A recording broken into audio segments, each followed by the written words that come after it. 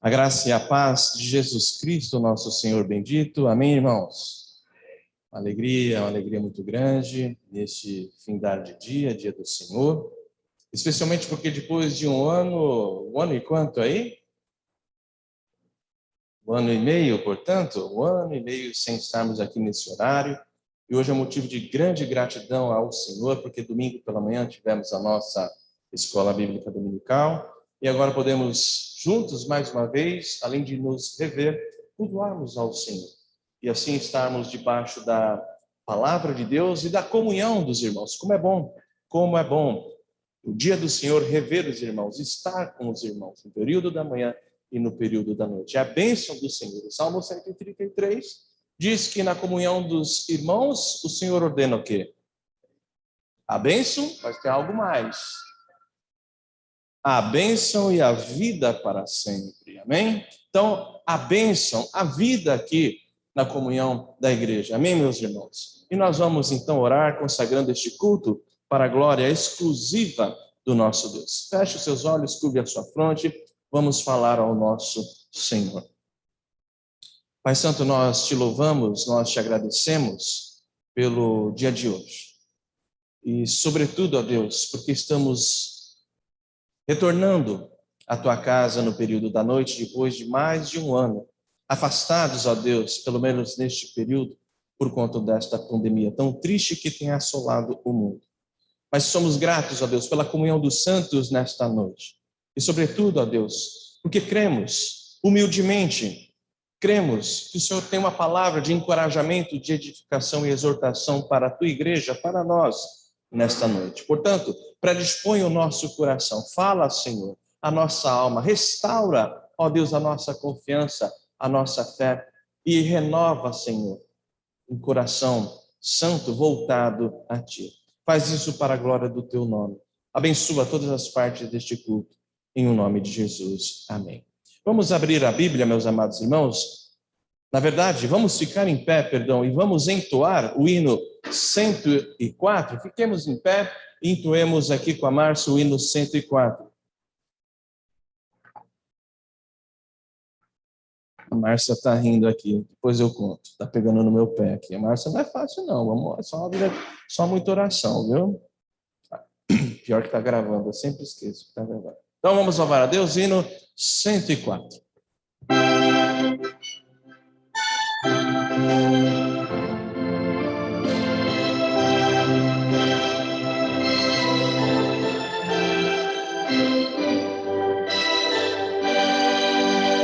Mais do que milhares é Cristo, meu bom mestre.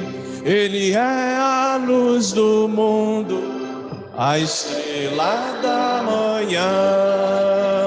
É o Rei da glória e em meu coração te vou cantando a divina canção.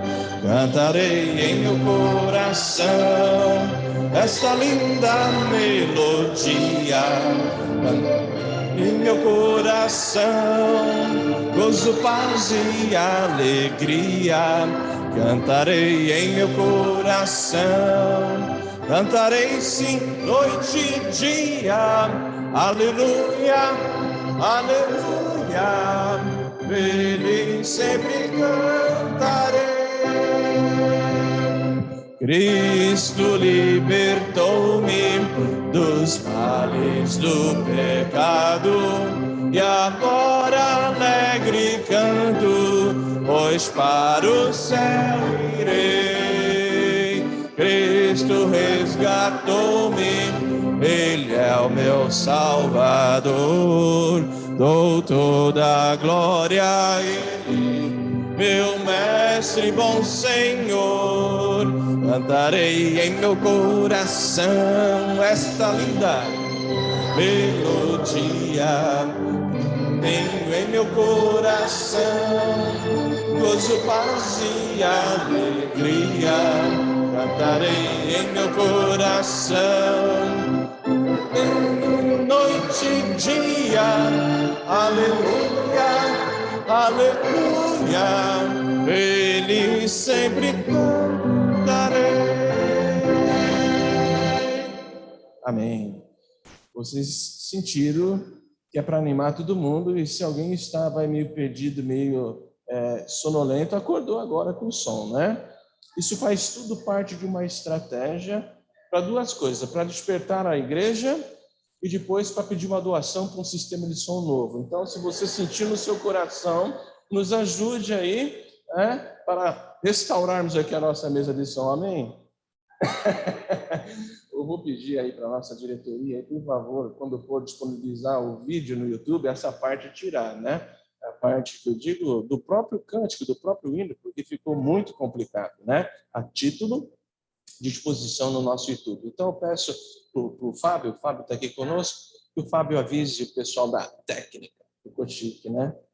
Para que não coloque essa parte, porque de fato ficou um pouco complicado. Mas isso não, certamente, não foi empecilho para que o Senhor ouvisse a oração, a adoração sincera do nosso coração. Amém? Podeis assentar, meus amados, vamos abrir a palavra de Deus no Salmo 125. Salmo, queridos, 125. Vamos ler todos juntos? Salmo da fé inabalável. Todos acharam? Todos abriram? A igreja está pronta para a leitura? Sim.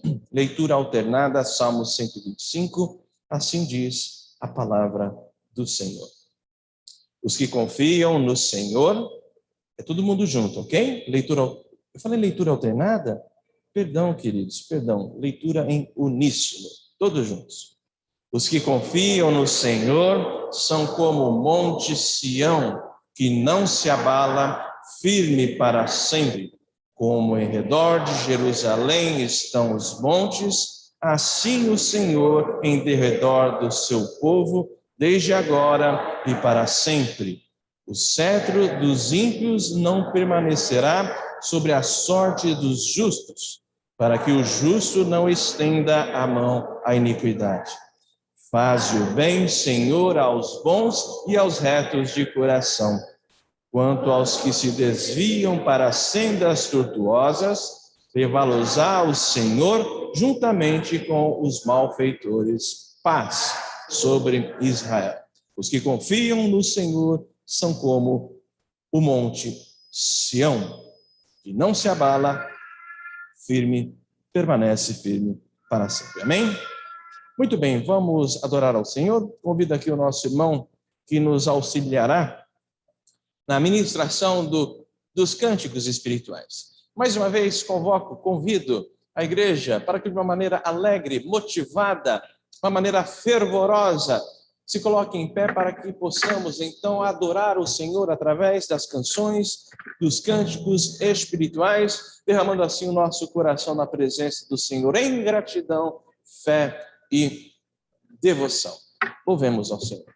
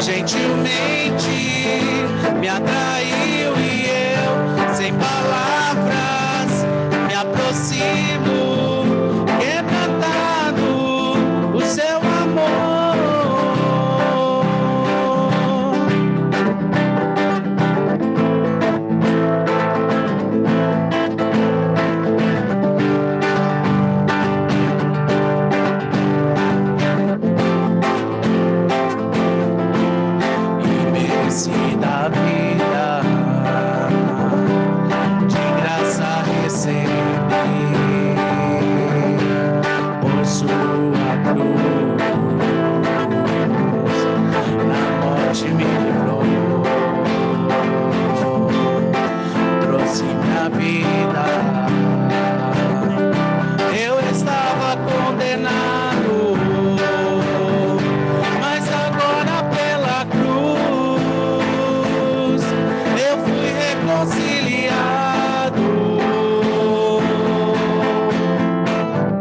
Pela cruz me chamou gentilmente, me atraiu e eu, sem palavras, me aproximo, quebrantado no seu amor. Pela cruz me chamou gentilmente, me atraiu e eu, sem palavras, me aproximo, quebrantado o seu amor. Impressionante é o seu amor.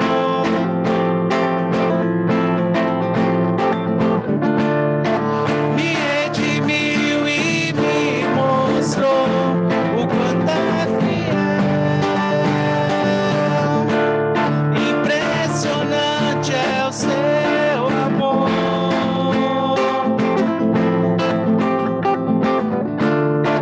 Me redimiu e me mostrou o quanto és fiel.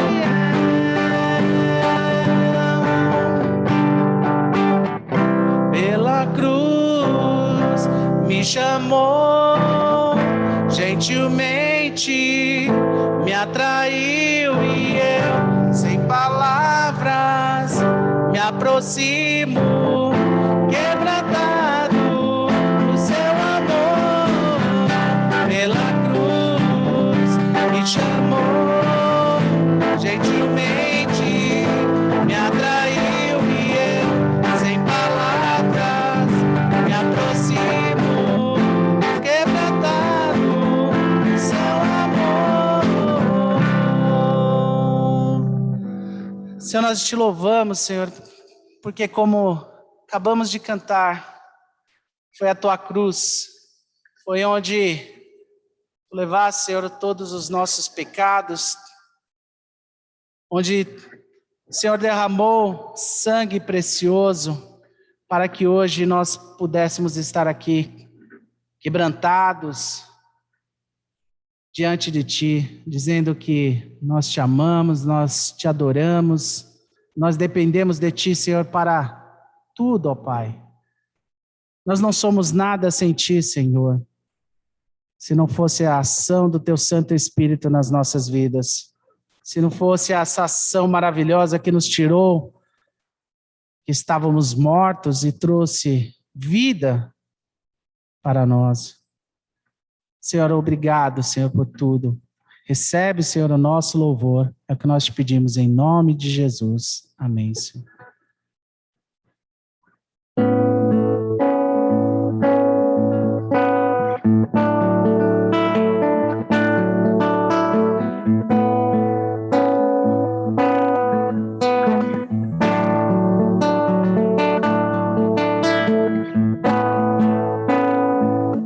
Este é o meu respirar.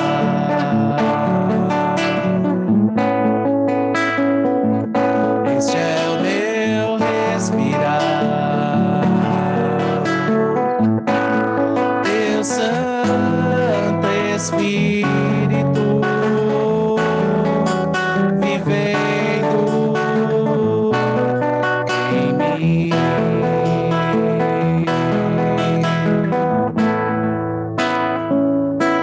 Este é o meu pão,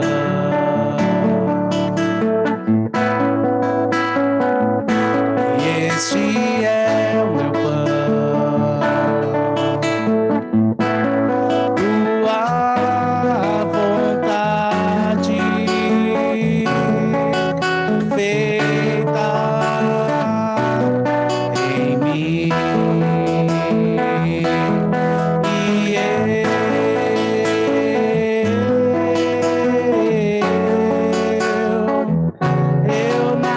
Sou sem ti.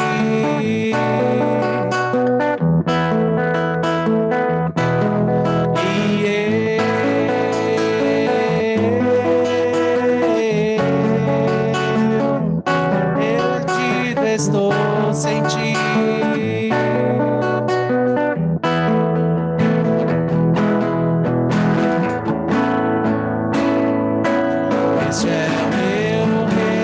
respirar. Este é o meu respirar. Teu Santo Espírito vivendo em mim.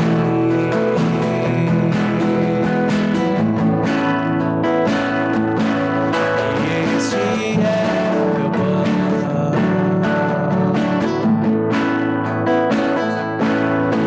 Este é o meu pão.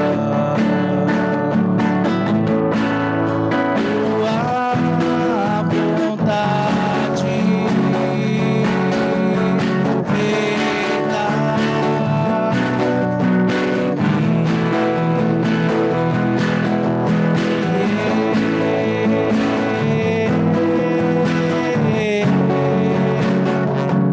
Eu nada sou sem ti.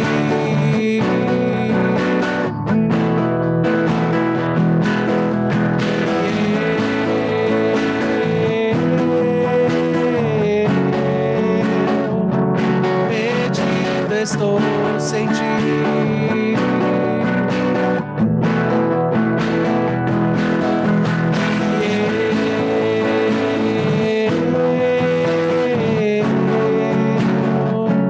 Eu nada sou sem ti.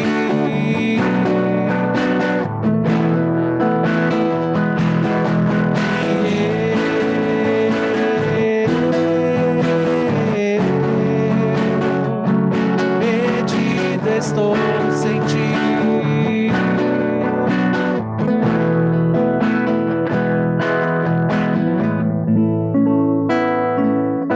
Este é o meu respirar.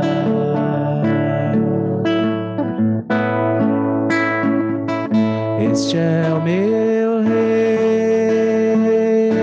respirar.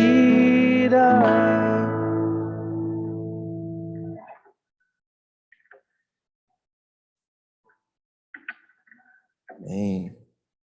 Bem, que de fato, o fôlego de vida em nós seja impulsionado pelo Espírito Santo e que a nossa vontade, assim como Jesus disse, seja fazer a vontade de Deus. Jesus disse que o pão dele, o alimento dele, a comida dele era fazer a vontade do Pai.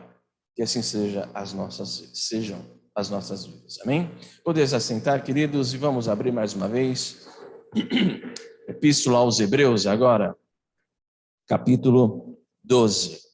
Hebreus capítulo 12, meus amados.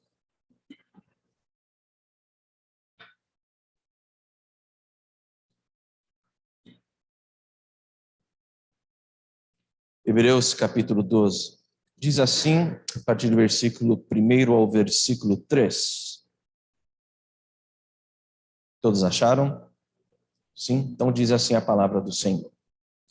Portanto, também nós, visto que temos a rodear-nos tão grande nuvem de testemunhas, desembaraçando-nos de todo o peso e do pecado que tenazmente nos assedia, corramos com perseverança a carreira que nos está proposta, olhando firmemente para o autor e consumador da fé, Jesus, o qual, em troca da alegria que lhe estava proposta, suportou a cruz, não fazendo caso da ignomínia, e está sentado à destra do trono de Deus. Considerai, pois, atentamente aquele que suportou tamanha oposição dos pecadores contra si mesmo, para que não vos fatigueis desmaiando em vossas almas. Meus amados, são muitas coisas na nossa vida que nos impulsionam, que nos excitam a deixarmos de olhar para Jesus. Algumas delas são pesos da vida. A tristeza de um desemprego, a tristeza de um luto. Isso não é pecado. Mas se não vigiarmos, se não olharmos para o autor e consumador da fé, tudo isso vai minando a nossa confiança e faz com que nós deixemos aos poucos de olhar para Jesus. Por outro lado, há também muitos pecados na nossa vida, que devagarinho vão entrando e nós vamos nos acostumando com ele, e daqui a pouco o nosso coração está cauterizado com o pecado. Nós precisamos abandonar os pesos que nos impedem da carreira cristã e caminhar nesta carreira. E devemos confessar e abandonar, nos arrepender de todo o pecado que tenazmente nos assedia, para que possamos completar essa carreira para a glória de Deus e para a nossa própria edificação. Nesse sentido, nós vamos nos colocar diante do Senhor, suplicando o seu perdão, a sua cura, para que todos nós nos apresentemos arrependidos e santificados na presença do nosso Deus. Eu peço ao nosso irmão Abisai que nos conduza nesta oração de quebrantamento, nesta oração de confissão de pecados. Mais uma vez, amados, fechemos os nossos olhos, falemos com Deus de uma maneira sincera, abrindo o nosso coração e suplicando que o Senhor trate da nossa vida de santidade. Oramos. Pai querido, Pai amado, mais uma vez estamos, Senhor, na Tua presença, para louvar, para bendizer o Teu santo nome. Nós agradecemos, Senhor, porque podemos nos reunir novamente neste horário, Senhor, e para podermos prestar culto ao Senhor, que é o único merecedor disso, Pai. Nós queremos nos colocar humildemente na Tua presença nesse momento, ó Pai, para pedir perdão, Senhor, pelos nossos pecados. Nós sabemos que a todo momento, Senhor, nós temos agido, Senhor, de maneira que desagrada o Senhor. E clamamos, ó Pai, que trabalhe em nossos corações, trabalhe em nossas vidas, para que possamos enxergar, Senhor, aquilo que nós temos feito de errado, feito de forma que desagrada ao Senhor, que nós possamos mudar, Senhor, nosso comportamento e agir como um verdadeiro servo do Senhor. Cuida, Senhor, das nossas vidas, trabalhe em nossos corações, esteja, Senhor, conosco neste culto. Aceite, Senhor, este culto de louvor ao Senhor nesta noite. Em nome de Jesus, pelo perdão dos nossos pecados, é que nós pedimos. Amém. Amém, queridos. Vamos, neste instante, passar a palavra para o nosso Ministério de Missões. Peço a presença da nossa irmã Seide, que trará uma palavra do campo missionário, uma palavra que irá nos encorajar em oração e dedicação, em oferta e em contribuição, a dar continuidade à obra do Senhor. Por favor, Seide.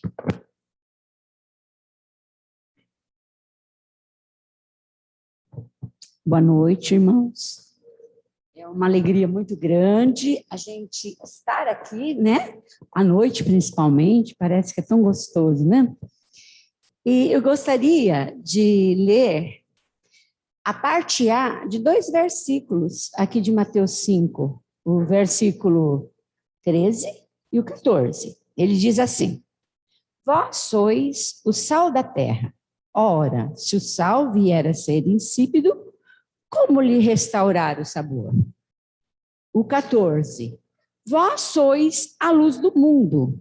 Não se pode esconder a cidade edificada sobre um monte. Então, esse 14 veio completo.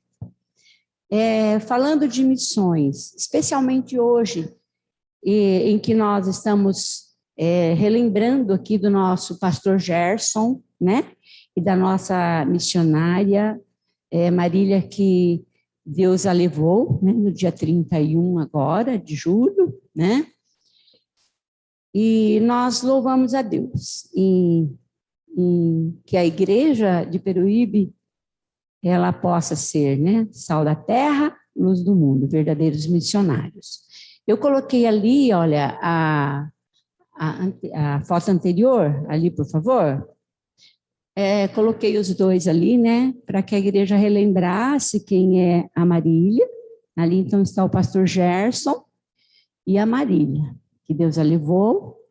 E eu coloquei só mais uma foto ali. Bruna, por favor, a próxima foto, isso, tá.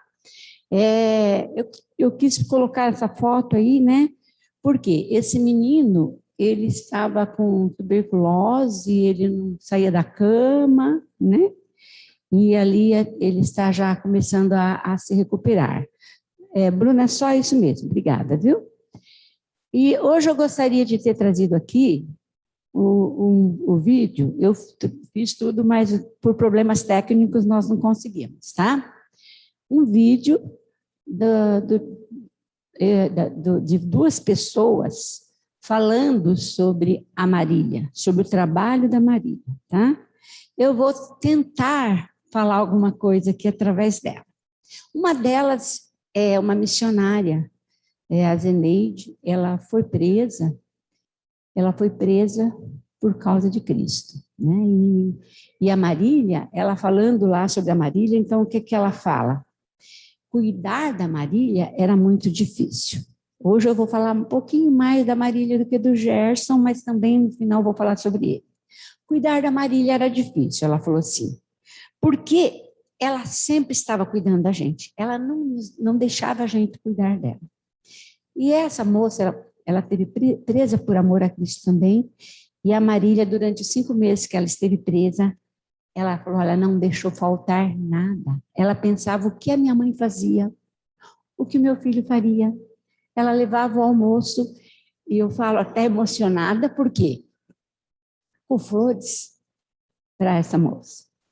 A outra, que até coopera no ministério, quando ela foi para lá, que ela falou, olha, a Marília chegou, eles já estavam lá, a Marília e o Gerson, né? E foi um casal, assim, muito abençoado por Deus, que Deus deu para eles. Porque eles realmente, como eu estou falando da Marília, então eu estou falando, abraçavam, porque o pastor Gerson continua abraçando, né? A causa. Quando ela chegou, já existia um projeto para crianças de rua, e a Marília abraçou aquele projeto, tanto que eles não tinham local para acolher aquelas crianças, né? E depois havia um local para acolher as crianças. Só que o governo ali não permitiu, né? Então, o governo chegou até eles, assim, não permitindo todo esse trabalho, né? Mas foi acolhido e foi um trabalho muito bonito. E essa mesma moça, então, falando de como ela era incansável, né? Nas aldeias, trabalhando nas aldeias, ela era enfermeira, cuidando, e ela cuidou de todo mundo até o último momento. No dia 17 de julho, o pastor Gerson nos mandou um comunicado que ele, depois eu vou falar o nome no final aqui que eu vou ler para vocês, a fala do pastor Gerson, que ele, o menino que estava ali morando com eles, em função de ter aceitado a Cristo e os pais não deixarem em casa, e mais um casal em que eles lutaram para fazer esse casamento, que estava passando a lua de mel na casa deles, é muito interessante. E todos eles pegaram Covid. E a Marília com Covid, cuidando de todos eles, né? Então, assim, então louvo muito a Deus, porque a gente faz a obra, né? A obra missionária, ela é feita de toda forma, né? Eu louvo muito a Deus. E agora eu queria, assim, ler para vocês a carta do pastor Gerson, tá? O que ele escreve aqui. Queridos irmãos e irmãs, graça e paz. As pessoas perguntam como estou. Costumo responder que a sensação é que a vida ficou estranha, a casa em geral, o quarto em particular, especialmente à noite, o banco do passageiro do carro, cada situação em relação ao trabalho que sempre fizemos tudo junto. Enfim, falta alguém e sabemos quem é. A sensação é de saudade, de vazio, como que mal-estar na barriga e a consciência de que se trata de uma realidade inalterável. Portanto, deve-se continuar em frente. Graças a Deus, tenho podido dizer que para cada situação, Deus vai ministrando a graça necessária. Portanto, na consolação e fortalecimento do Espírito Santo, posso dizer como o apóstolo Paulo, prossigo. E sempre que me lembro dela, não penso na parte que está no cemitério em Dakar, aguardando a ressurreição, mas nela que está na glória eterna, desfrutando da presença de Deus e daquele lugar onde não existe o pecado e suas consequências, dentre essas as doenças e sofrimentos. Glória a Deus. Também quero testemunhar do quanto fui ricamente abençoado por todas as mensagens escritas e em áudio e pelas orações. Também louvo imensamente a Deus pelos parceiros nos trabalhos que temos aqui no Senegal, então tem uma equipe ali, que são integrantes fundamentais para a continuação da obra missionária. Também aproveito para informar que o meu teste de Covid feito na semana passada deu negativo e me sinto realmente bem, sendo também o caso do o menino que está lá, o Saliou, e o casal que é o Jean e a Mauricete. Também me perguntam se muda alguma coisa em relação à minha continuidade no Senegal. Quanto a isso, respondo que não tenho nenhuma direção diferente de Deus. O que entendo é que continuarei levando em frente os trabalhos nas aldeias, no seminário, nas prisões, adoções escolares, evangelização através do rádio e da internet, auxílio aos obreiros nacionais nos seus trabalhos, assim como o recebimento de equipe de saúde que a Marília fazia com tanto gosto. Só preciso do discernimento. Deixa eu ver onde eu parei aqui, que mudou aqui.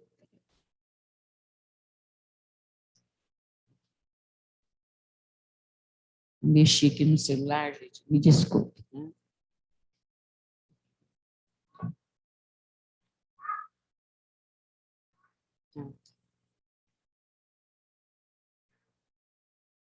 Eu vou ler aqui o começo. Também me pergunto se muda alguma coisa em relação à minha continuidade no Senegal.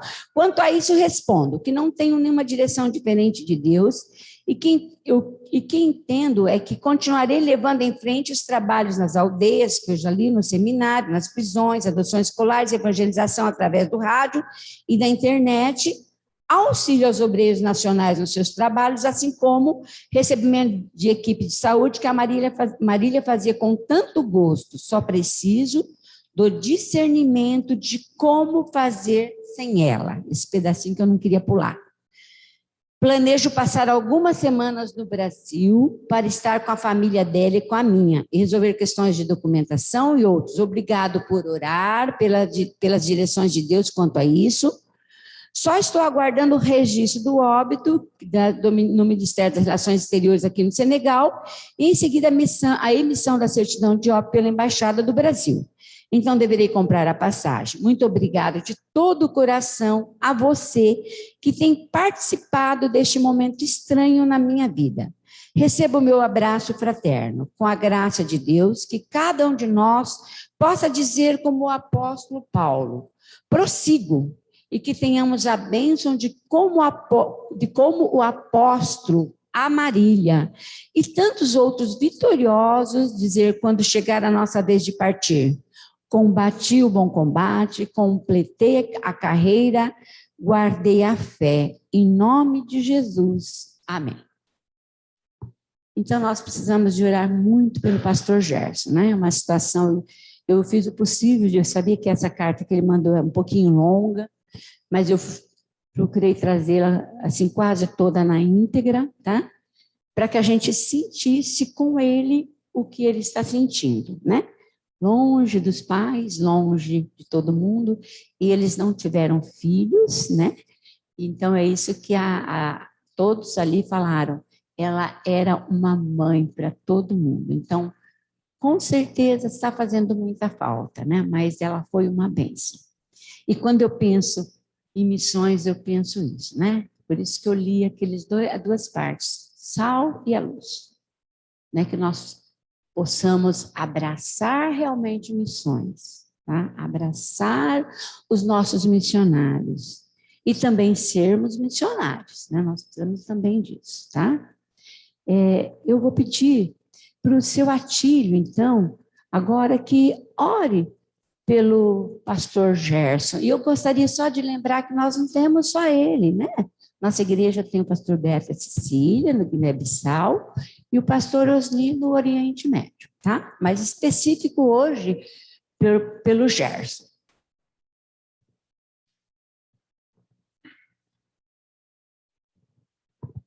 Grandioso Deus, nós estamos mais uma vez na tua presença, Senhor, para louvarmos e agradecer o teu santo nome. Te louvamos, Senhor, pela vida da missionária Marília e pedimos ao Pai a tua bênção para o pastor Gerson, nesses momentos difíceis. Que ele possa, através do teu Espírito Santo, ter força, Senhor, para continuar toda a obra. Que ela possa cada vez mais crescer, como era a vontade da tua serva, Marília, e que nós também queremos interceder, Pai. Que alguém possa substituir e que o seu trabalho não sofra descontinuidade, Senhor. Pedimos ao Pai, abençoe este missionário. Nós sabemos, Senhor, como é do teu agrado quando tu eleges pessoas para realizar obras através do teu Espírito Santo, para que possa o Evangelho cada vez mais crescer naquela nação. E que o Senhor esteja sempre com o missionário Gerson, para que ele sinta o seu conforto, a sua presença, e tudo isso seja, Pai, para o teu engrandecimento, para a tua glória, Senhor. Nós oramos em nome de Jesus Cristo. Amém. Nós sempre falamos aqui, né? Eu posso ser um missionário aqui em Peruíbe, eu posso ser um missionário em qualquer lugar, eu posso ser. Quando eu não posso estar lá no Senegal, eu posso contribuir. A igreja de Peruíbe, ela, quando você, no seu coração, você tem um desejo de contribuir para missões, é específico neste envelope de missões a contribuição. Então, qualquer oferta que você desejar, então, contribuir com missões, então você pode pôr nesse envelope, em qualquer domingo, não precisa ser específico este, né? Eu tenho um gasofilacho aqui, então, em qualquer momento, você pode fazer isso especificamente para missões, tá bom? Muito obrigada. Vamos colocar o pé novamente. Enquanto cantamos, os irmãos que trouxeram seus dízimos, ofertas, também a contribuição missionária, pode fazê-lo nesse momento. Eu já tenho dito, disse isso uma vez, assim, do cântico. Às vezes a gente canta alguns cânticos, tem uma letra bonita, mas eu gosto muito dos cânticos que falam de versículos, inspirados diretamente em alguns versículos. E o que nós vamos cantar agora é o Salmo 139, né? Um salmo lindíssimo. Então, os irmãos que depois quiserem em casa ler esse salmo é lindíssimo, e essa canção, ela é direta nesse salmo.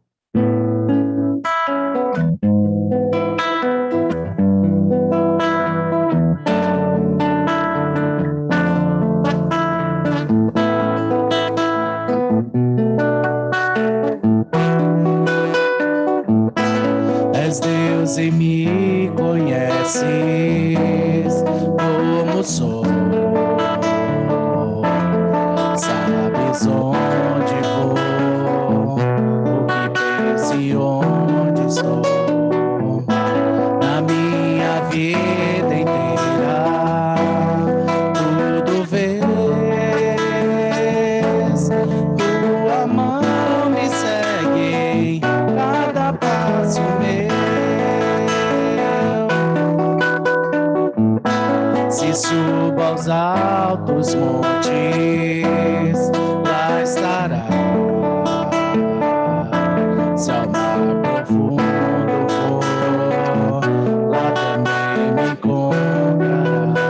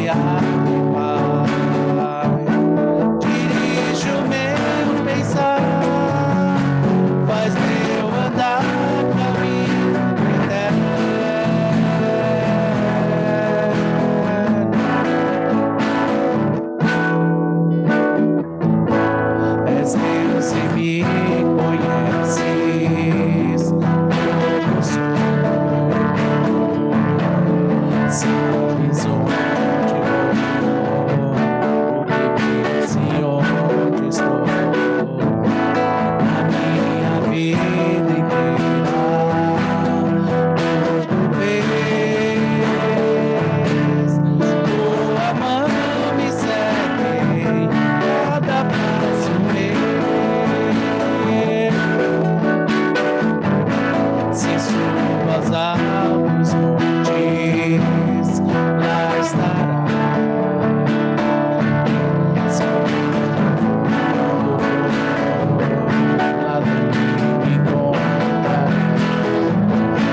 Se suba aos céus como lá estará. Na mais distante terra, lá me encontrará.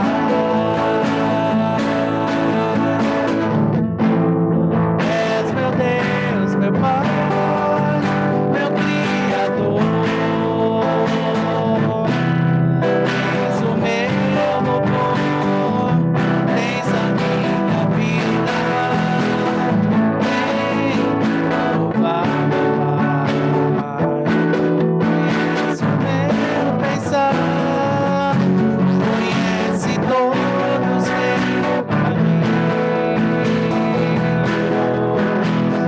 Vem guiar, meu Pai.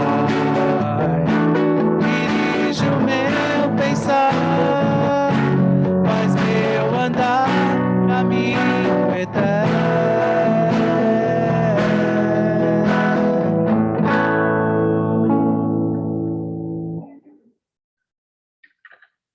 Amém, queridos. Podeis assentar?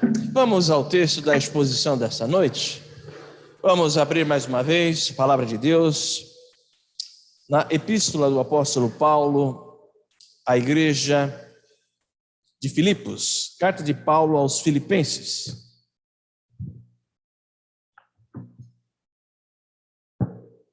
Abramos Filipenses 3, de 12 a 21.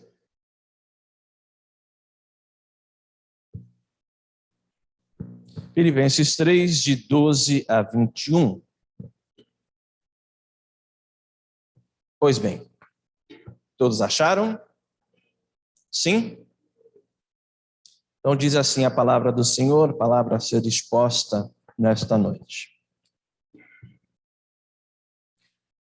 Não que eu o tenha já recebido ou tenha já obtido a perfeição, mas prossigo para conquistar aquilo para o que também fui conquistado por Cristo Jesus. Irmãos, quanto a mim, não julgo havê-lo alcançado, mas uma coisa faço, esquecendo-me das coisas que para trás ficam e avançando para as que diante de mim estão, prossigo para o alvo, para o prêmio da soberana vocação de Deus em Cristo Jesus. Todos, pois, que somos perfeitos, tenhamos este sentimento. E se porventura pensais de outro modo, também isto Deus vos esclarecerá. Todavia, andemos de acordo com o que já alcançamos. Irmãos, sede imitadores meus e observai os que andam segundo o modelo que tendes em nós.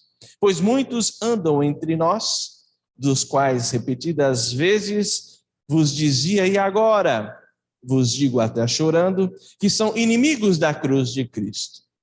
O destino deles é a perdição, o Deus deles é o ventre, e a glória deles está na sua infâmia, visto que só se preocupam com coisas terrenas.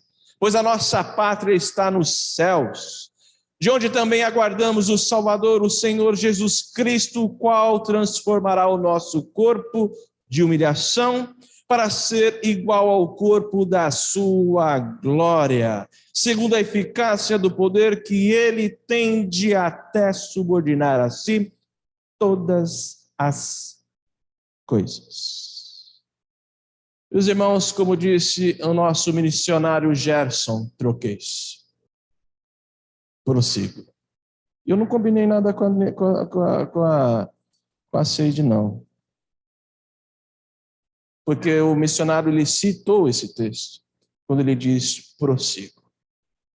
A mensagem dessa noite a todos nós é exatamente isso.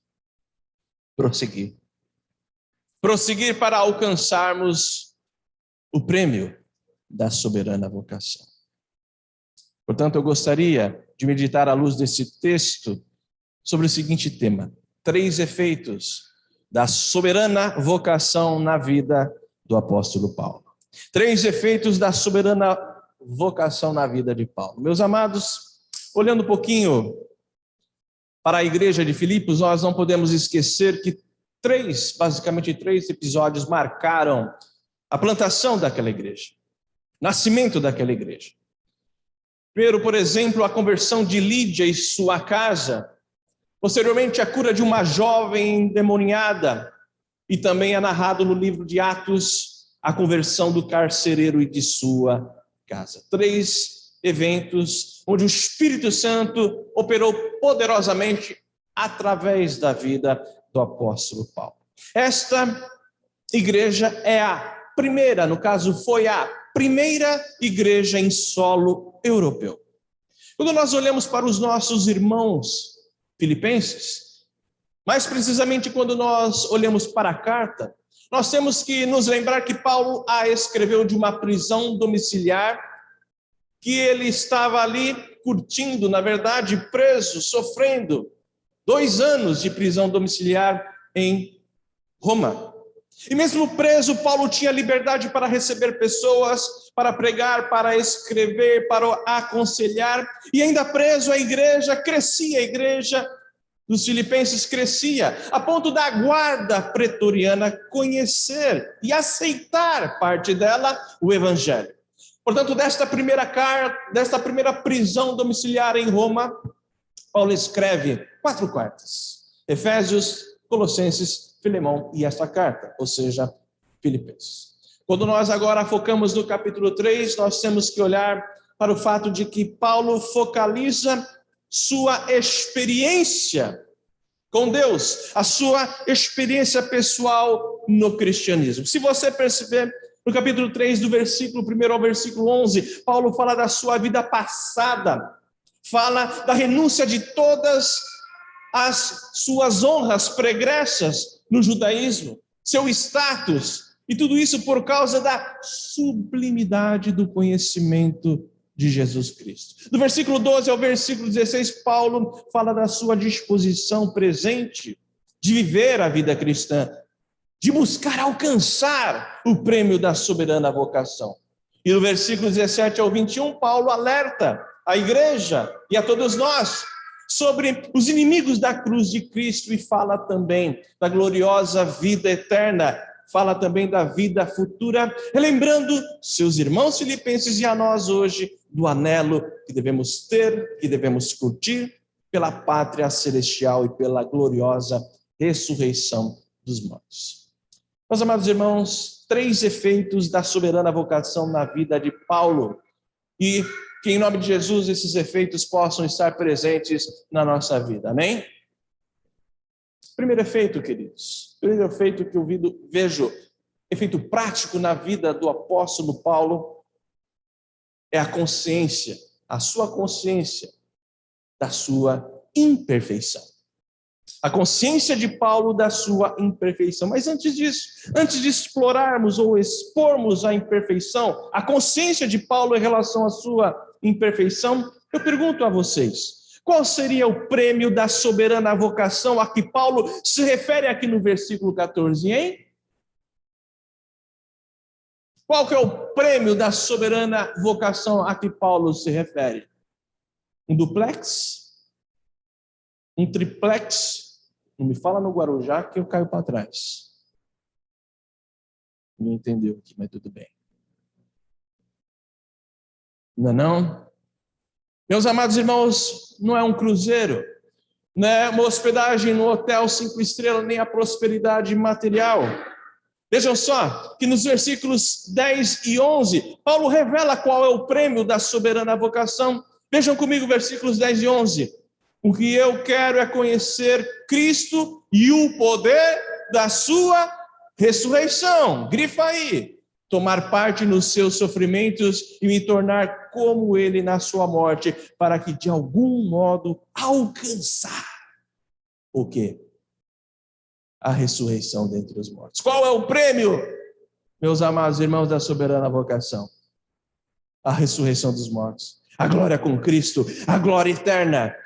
O prêmio da soberana vocação é a ressurreição do corpo, é a perfeição, uma vida não apenas verdadeiramente santa, mas uma vida perfeitamente santa. E isso é corroborado pelo versículo 21, atentem aí comigo. O qual, lá no 21, transformará o nosso corpo de humilhação para ser igual ao corpo da sua glória, segundo a eficácia do poder que ele tem de até subordinar a si todas as coisas.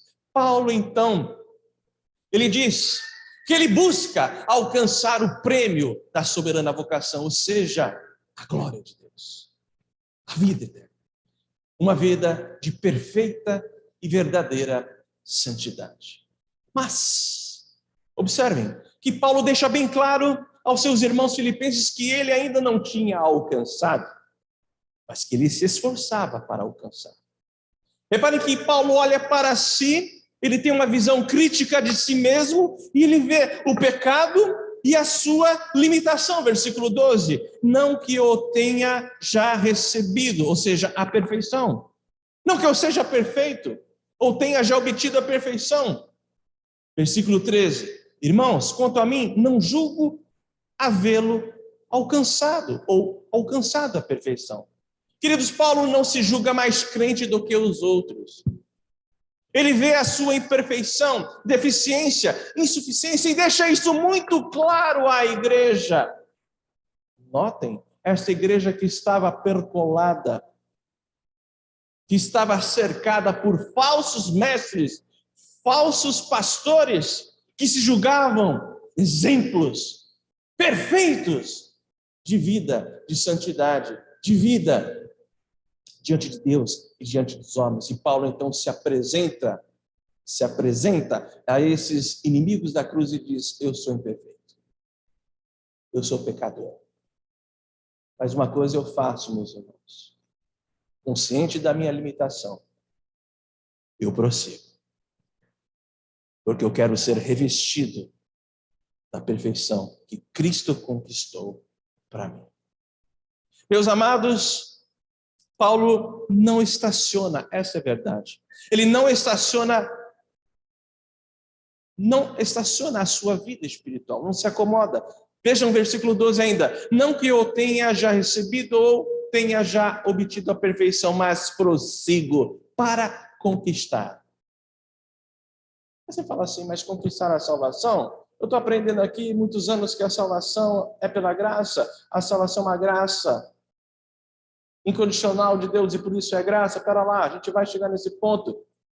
Paulo diz: eu prossigo para conquistar aquilo para o que também fui conquistado por Cristo. A sequência do próprio texto explica o que Paulo está falando. Que Cristo conquistou a salvação, que Cristo conquistou a vida eterna, que Cristo conquistou a possibilidade e a realidade na consumação dos séculos e na ressurreição dos mortos, de que não apenas Paulo, mas todos nós sejamos perfeitos, mas enquanto não chegamos a esse estágio, nós temos que ter consciência da nossa limitação e buscar e prosseguir a perfeição da nossa vida. Meus amados, Paulo não fica estagnado na sua vida com Deus. Não obstante ele ter certeza, segurança da sua salvação, Paulo tem consciência de que foi comprado por Cristo para alcançar. Reparem, ele diz: eu fui alcançado por Cristo. Eu fui comprado por Cristo para alcançar o prêmio da soberana vocação. Versículo 12 diz assim, a sequência: prossigo para conquistar aquilo para o que também fui conquistado. Eu fui comprado por Cristo para este fim, para este propósito, a glória, a perfeição, uma vida perfeitamente santa. Paulo, então, ele está vendo e confessando diante da igreja a imperfeição da sua santidade, a imperfeição do seu relacionamento com Cristo. Ele vê que não desfruta ainda de uma vida espiritual perfeita. E nós verificamos aqui uma aparente contradição de Paulo, no versículo 12 e lá no versículo 15. Querem ver? Não que eu já tenha recebido ou tenha já obtido a perfeição. Aí no versículo 15 ele fala: pois todos que somos perfeitos. Ué, Paulo, espera um pouquinho. Você fala que não alcançou e agora você está falando que somos perfeitos? Deu nó aqui, Paulo. Meus amados irmãos, parece sim, é verdade, que Paulo está caindo em contradição. Reparem que a palavra perfeito ou perfeitos, na língua original aqui, na língua grega, transmite a ideia de qualificado. Paulo está dizendo que para entrar no reino de Deus, o homem precisa ser perfeito, precisa ser qualificado, mas não há nada que o homem de per si possa fazer para tornar-se perfeito. Então Paulo se refere no versículo 15, ele se refere à justificação pela fé, quando ele diz assim: todos, pois que somos perfeitos. Paulo está transmitindo a seguinte ideia: nós somos aperfeiçoados, nós somos justificados, mas ainda não alcançamos a perfeição. Esta é a ideia do apóstolo Paulo. Paulo, então, se refere à justificação pela fé.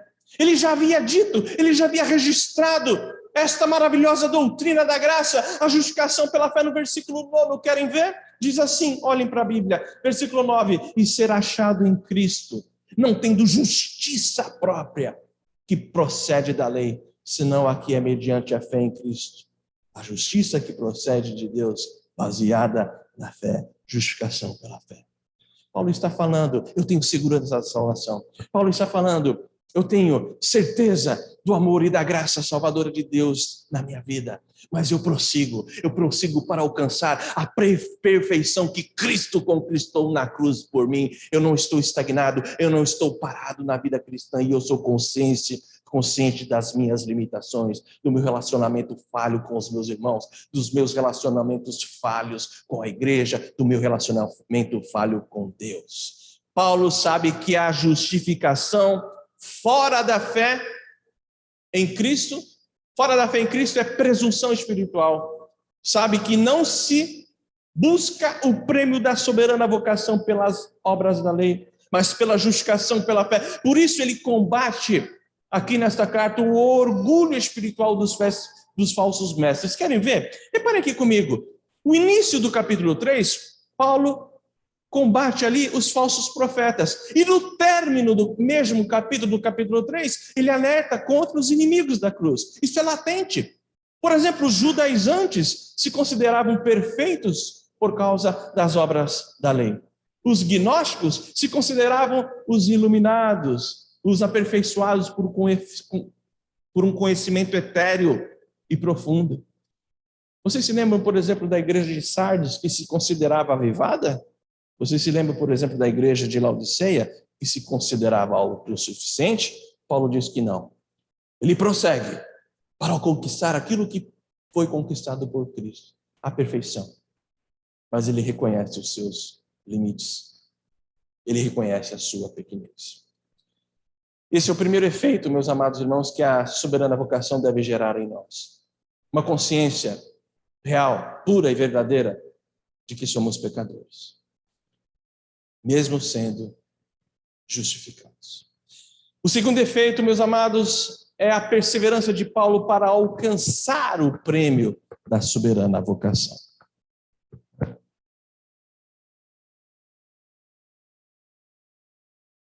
Segundo efeito da soberana vocação na vida de Paulo é a perseverança. Ele persevera para alcançar o prêmio.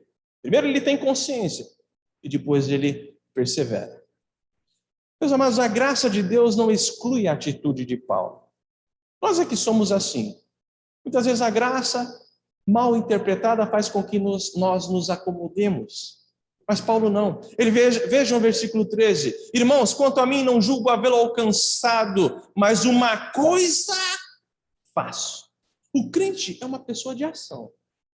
Senão não é crente. Transformado. Portanto, verdadeiro. O crente é, por natureza, uma pessoa de ação, uma pessoa de convicção do seu chamado. Por outro lado, meus amados irmãos, quantas pessoas começam bem na carreira cristã, mas logo se afastam. Vejam, por exemplo, a parábola do semeador. O crente verdadeiro é uma pessoa de ação, uma pessoa de convicção. Então eu pergunto a vocês e a mim mesmo, o que tira O que te tira, o que me tira da soberana vocação? O que te tira do foco da sua vocação, meus amados? Será o comodismo? Será a influência das más amizades? Será ou seria o apego ao dinheiro? Seria a dúvida do amor de Deus? Seria o descontentamento financeiro? A amargura? A dificuldade em perdoar? Eu não sei, mas atente, o crente é uma pessoa de ação que luta contra todas essas coisas que tendem a nos trazer peso e pecado. A graça, portanto, na vida de Paulo, e não obstante ele reconhecer a sua limitação, não exclui a sua atitude. Ele diz, uma coisa eu faço. E o que ele fazia? Versículo 13, esquecendo-me das coisas que para trás ficam. Meus amados irmãos, tem crente que ainda fica namorando o passado. Ai, que saudade quando eu podia fazer aquilo. Ai, que saudade quando eu meti a boca mesmo. Não é não? Não. A graça de Deus na vida de Paulo o ajudou a superar as perdas, superar também as tribulações, esquecendo-me das coisas que para trás ficam. Se a gente fosse estudar a vida de Paulo aqui, seriam muitas coisas a serem ditas, teríamos muitas coisas a serem ditas acerca do passado da vida do apóstolo Paulo. Paulo não se prendia aos dramas do passado. Vocês devem estar lembrados que, enquanto fariseu, ele perseguiu os crentes, maltratou os cristãos, consentiu na morte de Estevão, mas nem por isso deixou de confiar no perdão, deixou de confiar na graça. Paulo não se prendia ao status social do passado. Quem era Paulo? Paulo era grande entre os judeus. Paulo era famoso entre os judaizantes. Ele era um cara. Ele diz no capítulo 3, dos versículos 5 a 7, ele diz, fui circuncidado ao 8º dia, sou da linhagem de Israel, da tribo de Benjamim, hebreu de hebreus, ou seja, não tem mistura aqui. Quanto à lei, eu era fariseu, quanto ao zelo, perseguidor da igreja, quanto à justiça que há na lei, irrepreensível, mas o que para mim tudo era vaidade, era lucro, isso considerei perda por causa de Cristo. Paulo, então, ele não se prendia ao status social do passado. Meus irmãos, a graça de Deus na vida de Paulo o ajudou a superar perdas e tribulações. Querem ver? Quando tratamos das frustrações e das tribulações do ministério de Paulo, da vida de Paulo. Olha só, qualquer um de nós poderíamos, se não conhecêssemos a graça de Deus na vida do apóstolo, poderíamos chamar Paulo de um grande azarão. Sim, de um grande azarão, azarado. Sabe por quê? Paulo ele teve que fugir num cesto em Damasco. Foi desacreditado pelos irmãos no início, lá da igreja, do seu chamado, foi desacreditado pelos irmãos da igreja de Jerusalém. Ele foi ameaçado de morte pelos helenistas em Jerusalém. Enviado esquecido em Tarso, foi apedrejado e arrastado em Listra. Deus barrou o seu projeto pessoal de ir para a Ásia. Deus falou o seguinte, não. Foi preso, açoitado em Filipos, foi escorraçado em Tessalônica, acusado de agitador contra César, o imperador, foi escorraçado pelos judeus em Bereia, foi chamado de tagarela em Atenas, foi chamado de impostor em Corinto, foi preso em Jerusalém, acusado 2 anos em Cesareia. Deus mandou ele para Roma, e sabe o que aconteceu? O navio afundou. Quando ele chega na ilha de Malta, depois por causa do naufrágio, ele é picado por uma cobra. E quando ele chega em Roma, ele é preso. Como que esse homem não desistiu da graça? Como que esse homem não desistiu do seu ministério? Como que esse homem não se revoltou contra Deus? Sabe por quê? Porque ele diz, eu prossigo. Quantos de nós, em face às dificuldades, às frustrações reais, doídas da vida, nós não prosseguimos mais? E eu louvo a Deus pela palavra da sede nessa noite, Quando o nosso querido irmão Gerson, em meio ao luto, em meio à falta da sua parceira no ministério, lá naquele lugar inóspito ao evangelho, ele diz: gente, estou sofrendo, mas eu prossigo. Meus queridos irmãos, Paulo não se frustrava com as tribulações do seu ministério. Queridos, nada disso impediu Paulo de buscar o prêmio da soberana vocação. Queridos, a graça de Deus não anulou a disciplina de Paulo, a disciplina espiritual. Veja no versículo 13, ele diz: avançando para as que diante de mim estão, prossigo para o alvo, para o prêmio da soberana vocação de Deus em Cristo Jesus. E no versículo 15, ele diz: pois todos que somos perfeitos, tenhamos este sentimento. Que sentimento? Avançar. Que sentimento? Prosseguir para o alvo, para o prêmio da soberana vocação, uma vida perfeita em Cristo Jesus. É por isso que o autor aos Hebreus diz no capítulo 12, desembaraçando-nos de todo o peso e do peso de todo o pecado que nos assedia, corramos com perseverança a carreira que nos está proposta, olhando firmemente para o autor e consumador da nossa fé. Portanto, prossigamos na carreira que nos está proposta. O alvo de Paulo não era a prosperidade, não era o bem-estar, não era o sucesso, não era o poder e nem o status. O alvo de Paulo era a soberana vocação. Paulo está deixando muito claro aqui que a salvação é pela graça, que a salvação é pela fé, ou seja, na verdade, que a salvação é pela graça e que a justificação é pela fé. Mas ele diz que nós fomos já então conquistados para isso e então devemos alcançar o prêmio da soberana vocação. Versículo 16 ele diz: todavia andemos de acordo com o que temos já alcançado. Ou seja, tenha uma vida condizente com aquilo que você já conhece da palavra. Não dê passos para trás, não volte atrás, não regrida, mas avance, prossiga. Uma vida consagrada, de testemunho enquanto nós não alcançamos este prêmio. Por isso, Paulo escrevendo aos Efésios capítulo 4, ele diz: rogo-vos, pois, que andeis de modo digno da vocação a que foste chamados. Qual a nossa vocação, meus irmãos? A perfeição. Soberanamente, Deus te elegeu, Deus te salvou. Cristo te justificou, fazendo expiação pelos seus pecados. Sabe para quê? Para que você seja perfeito. Assim como o próprio Deus virou no chamamento, enquanto entraria em aliança com Abraão, ele diz: Abraão, anda na minha presença e sê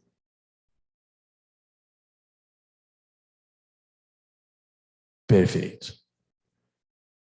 Eu quero encerrar o terceiro e último efeito na vida de Paulo, por conta da soberana vocação.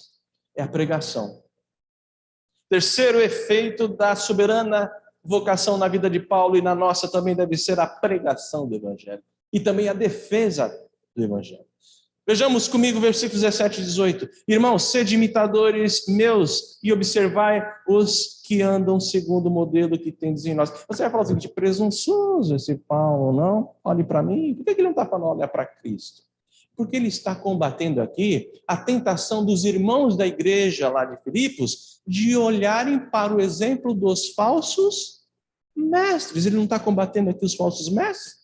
Ele inicia o capítulo 3 dizendo isso, ele encerra o capítulo 3 dizendo sobre os inimigos da cruz. Ele diz: não olhem para eles, mas olha para o meu exemplo. O meu exemplo é: eu prossigo buscando uma vida de perfeição na presença do meu Deus. E no versículo 18 ele diz: pois muitos andam entre nós, dos quais repetidas vezes eu vos dizia, agora vos digo até chorando. Esses daí que vocês estão olhando, igreja, esses pastores que vocês estão assistindo, igreja, ajudando a igreja de Filipos, esses daí que vocês estão batendo palma para eles, igreja, esses daí são inimigos da cruz de Cristo. Em face, meus irmãos, às ameaças dos inimigos da cruz de Cristo, Paulo roga aos seus irmãos que o imitem, então. Paulo não está dizendo que os irmãos deveriam imitar a sua perfeição, porque ele não havia alcançado a perfeição, mas que o imitem na busca pelo prêmio da soberana vocação, a perfeição. Paulo, então, denuncia os inimigos da cruz de Cristo. Quais foram os inimigos no contexto ali da igreja de Filipos? Os judaizantes ficavam ali perturbando os crentes e os falsos mestres. Era uma tentação, era uma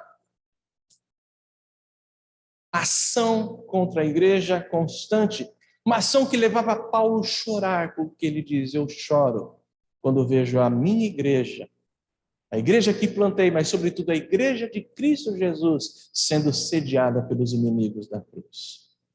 Paulo então denuncia os seus inimigos, os judaizantes e os falsos mestres. E ele nos dá aqui 4 características dos inimigos da cruz. Primeira, são egoístas. Ele diz, versículo 19, o Deus dele é o ventre.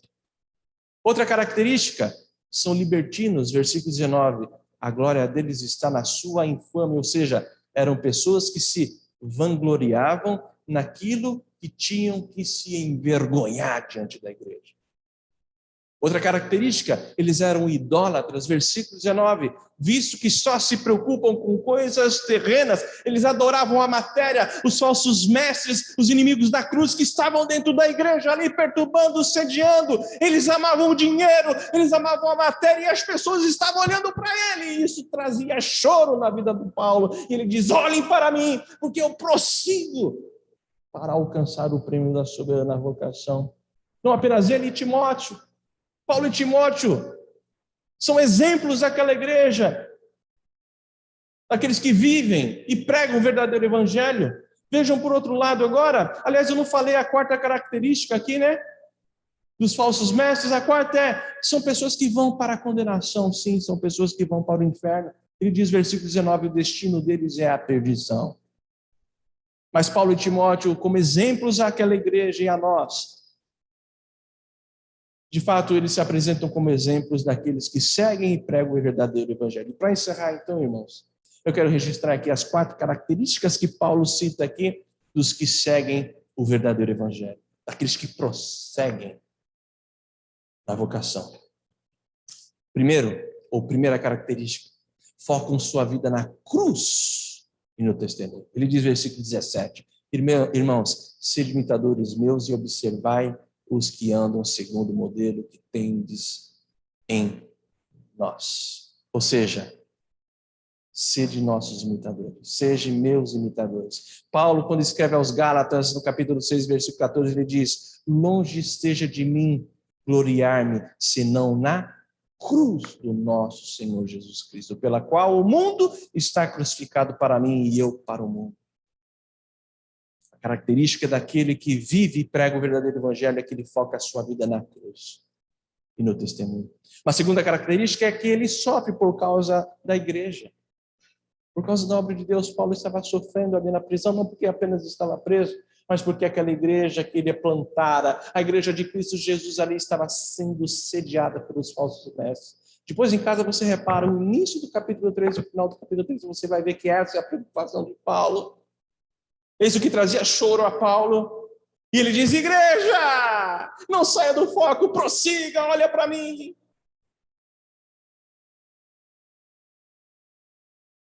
Terceira marca daquele que vive e prega o evangelho é que aguarda a vinda de Cristo. Versículo 20 ele diz, pois a nossa pátria está nos céus, igreja, de onde também aguardamos o Salvador Senhor Jesus Cristo. Não é aqui, o nosso lar não é aqui. E a 4ª marca é o anelo pela manifestação da glória do Senhor Jesus. Ele diz, versículo 21, o qual transformará o nosso corpo de humilhação para ser igual ao corpo de Jesus, o corpo da sua glória, segundo a eficácia do poder que ele tem de até subordinar a si todas as coisas. Paulo e os verdadeiros pregadores do evangelho, os verdadeiros crentes, anelam pela manifestação da glória de Cristo.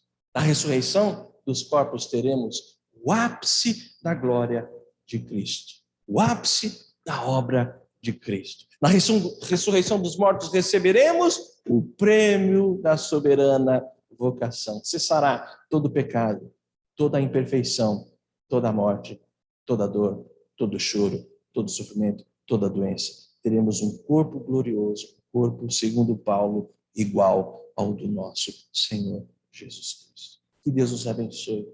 E que nós possamos, assim como Paulo, apresentar pelo menos esses 3 efeitos da soberana vocação, ou seja, a consciência de que somos imperfeitos. Segundo, a perseverança em buscar o prêmio da soberana vocação, se apresentar diante de Deus na glória.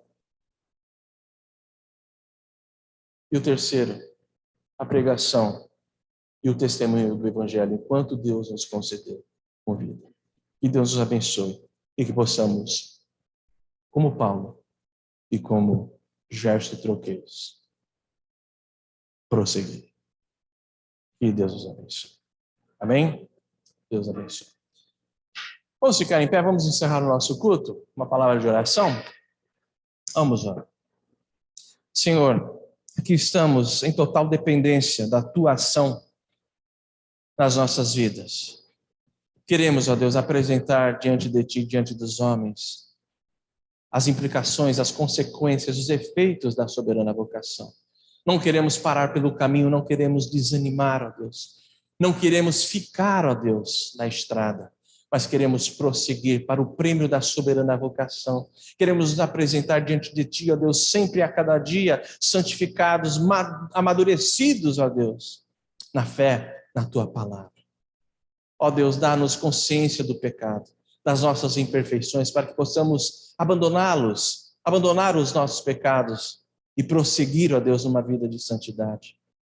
Dá-nos, ó Deus, o desejo ardente de buscar, ó Pai, o prêmio da soberana vocação, a glória do Senhor nas nossas vidas. E dá-nos, ó Deus, a ousadia, a intrepidez de viver e de pregar a palavra da salvação, o do Evangelho. Visita-nos, ó Deus. Aqueles que estão desanimados, sobrecarregados, aqueles que estão duvidando, deixando de olhar, ó Deus, para o autor e consumador da fé, Jesus, o Senhor os conhece. Sara esse coração, ó Deus. Cura esta alma, restaura a confiança, a fé e o amor deste coração nesta noite, para que cada um de nós possamos prosseguir numa vida de adoração ao teu nome. Nós oramos agradecidos, com o perdão dos nossos pecados, em o nome de Jesus. E que a graça de Cristo, a graça maravilhosa de Jesus Cristo, meus amados, a graça do nosso Salvador, o amor de Deus, o nosso bondoso e eterno Pai, as consolações, o poder, a força do Espírito Santo repousem sobre vós, para que prossigam na busca, na vocação que Deus vos chama, desde agora e para sempre. Amém.